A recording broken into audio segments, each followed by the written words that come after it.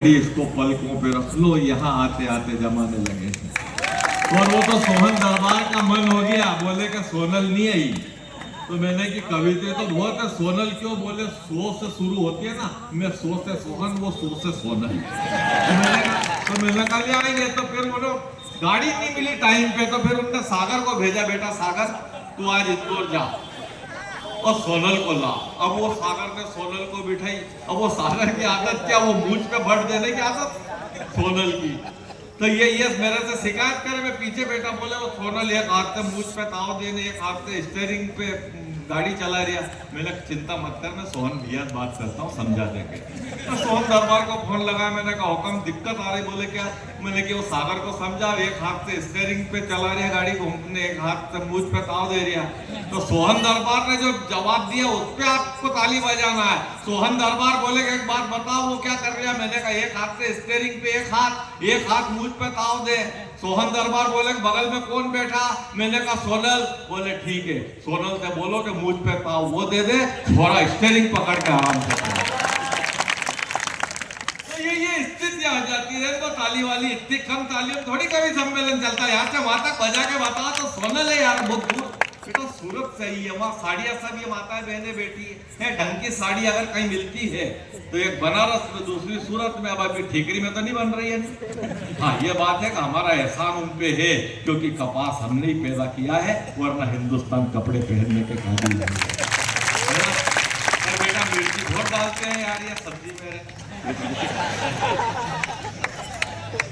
छोरी फीकी मांग रही थी यार ये। हाँ चढ़ा लो, पेट में बैठ जाओ और एक बार ही चढ़ा लो, एक बैठ लिया पैसा। ये कहाँ अच्छा नहीं लगे, घर में रिश्तेदारी में जाओ। हमारे दो छोरों कुंवारे रह गए, पेंट चलाने के चक्कर में। हाँ बोले यदि पेंट ही खिसक गया है तो फिर क्या। तो मैं ये चाहता हूँ सोनल हमारे बीच में बैठा। सोनल जैन सूरत से आई है, बहुत दूर से लंबी यात्रा कर करके आई है। और सोनल के लिए मैं इतना कहूंगा कि न जाने क्यों मेरा दिल घबरा रहा है कि रह रह के आंचल हटा जा रहा है।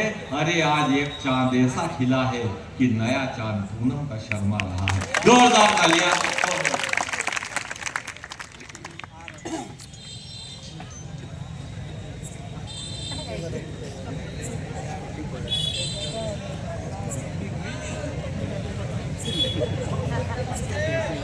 कि सुर लेती नाव में, गीतों की छाव में। बेटा समझा, छाव गीत की छाव समझा, यानी कि श्रृंगार रस की छाव समझा करो बेटा। कि सुर लेती नाव में, गीतों की छाव में, चलो ले चलते हैं तुम्हें मोहब्बत के गांव। गुजरी की बात है। देखिए ज्वाला जी के बाद श्रृंगार का नंबर आया, इस बात के लिए तो विशेष तालियां होनी चाहिए। क्या बात है। माइक वाले भैया, माइक बहुत अच्छा है, इसकी सेटिंग बहुत अच्छी है। भगवान आपकी सेटिंग भी ऐसी ही रखे। जिया जी बोलो, माइक वाले जिया जी बोलो, जब इनको सबको पता पहचानते। कि यूं दिलों को मिलाकर चली जाऊंगी। देखिए अभी निशा मुनि जी आएंगे, राम जी आएंगे, तो आपके अंदर के जो विवेकानंद जी हैं उनको जागृत करेंगे। मेरा काम है कि आपके अंदर के देवानंद को जगाऊं।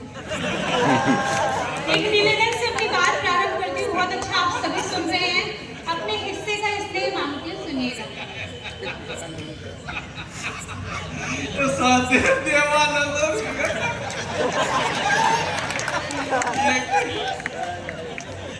कि यूं दिलों को मिलाकर चली जाऊंगी। बीच में आह्वा करते रहिए, एक सलीका होता है शायरी सुनने का। कि यूं दिलों को मिलाकर चली जाऊंगी, गीत तुमको सुनाकर चली जाऊंगी। कि यूं दिलों को मिलाकर चली जाऊंगी, गीत तुमको सुनाकर चली जाऊंगी। और मुझको अपना समझकर सुनोगे अगर, मुझको अपना समझकर सुनोगे अगर, तुमको अपना बनाकर चली जाऊंगी। इसका मतलब आगे की लाइन ये है कि तुम मूंगफली के दाने लेके बैठे रहोगे, मैं बोतल उठा कर चली जाऊंगी। समझा करो, आगे की बात ताली बजाए एक बार, हर बात थोड़ी क्लियर करेंगे। अच्छा इनका फेस और सरफेस देख के नहीं लग रहा कि मंच के निर्मल बाबा है।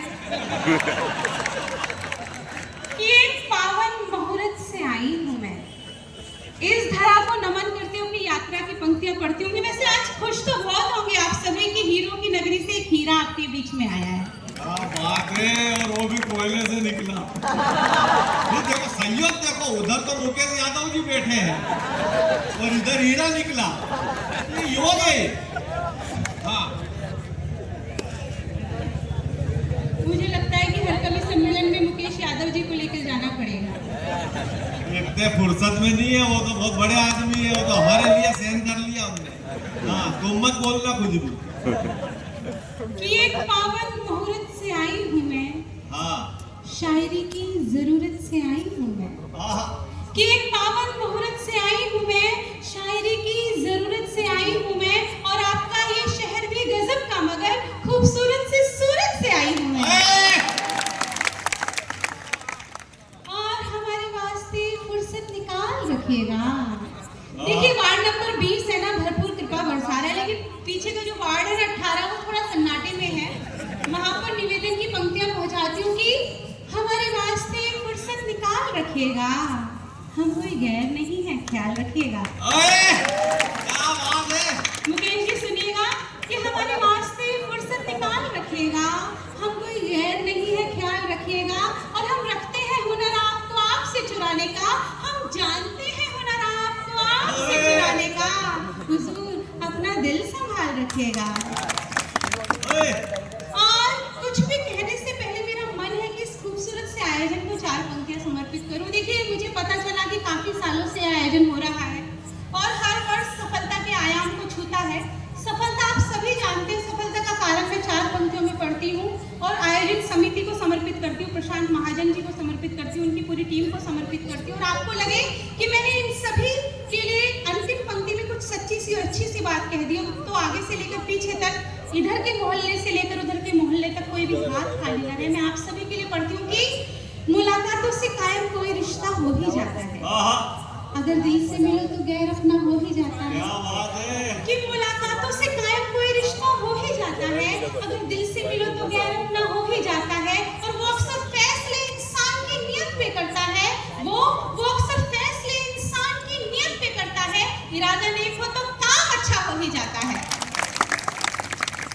देखिए आप बहुत समझदार श्रोता हैं, आप कवि सम्मेलन सुनना जानते हैं, अन्यथा कवियों के साथ कभी कभी बहुत विकट परिस्थिति हो जाती है।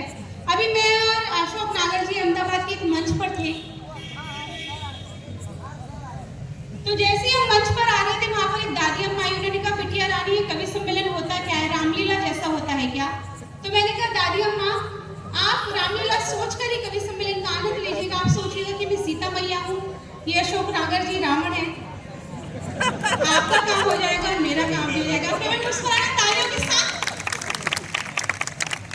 अभी अतुल ज्वाला जी ने बहुत अच्छा काव्य पाठ किया, अभी बहुत परेशान लग रहे थे। मैंने कहा क्या हुआ अतुल जी, इतने परेशान क्यों हो? तो उन्होंने कहा सोनल पत्नी के ब्यूटी पार्लर का खर्चा बर्दाश्त नहीं होता। तो मैंने कहा उनको ब्यूटी पार्लर भेजना बंद करो, तो कहने लगे फिर पत्नी बर्दाश्त नहीं होती। एक बार मुझे श्रृंगार के लिए आदेशित कर दीजिए। स्वागत। अरे सवाल ही नहीं उठता। अभी परसों एक छोरा ये शिकायत कर रही थी सोनल, बोले वो जो खड़ा है रमेश वो मेरे पीछे हाथ धो के पड़ा। मैंने कहा वो हाथ धो के तेरे पीछे पड़ा तो तू मुंह धो के सामने चली जा उसको। ये क्या है? सोनल जी के लिए जोरदार तालियां। रमेश जी की बात पर मुझे एक दोहा याद आ रहा है कि चाहे माला माल हो या हो फिर कंगाल, तालियों के साथ सुनेंगे।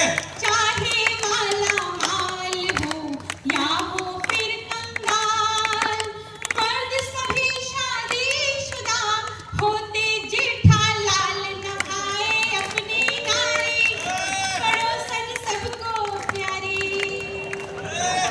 तालियां वही बजा रहे हैं जिनके पड़ोस में बबीता जी रहती है।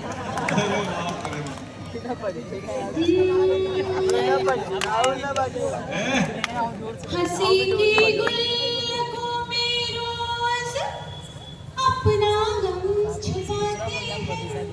देखिए आप सभी ने कभी ना कभी मोहब्बत की होगी, अगर नहीं किए तो जान लीजिए कि आपका जन्म केवल और केवल जनगणना के लिए हुआ है। परंतु आप सभी की मुस्कुराहट देखकर लग रहा है कि आपने एक नहीं 1000 बार मोहब्बत की है। बस किसी एक मोहब्बत को अपने मानस पटल पर रखिए और मुझे सुनिए। हंसी की गुल को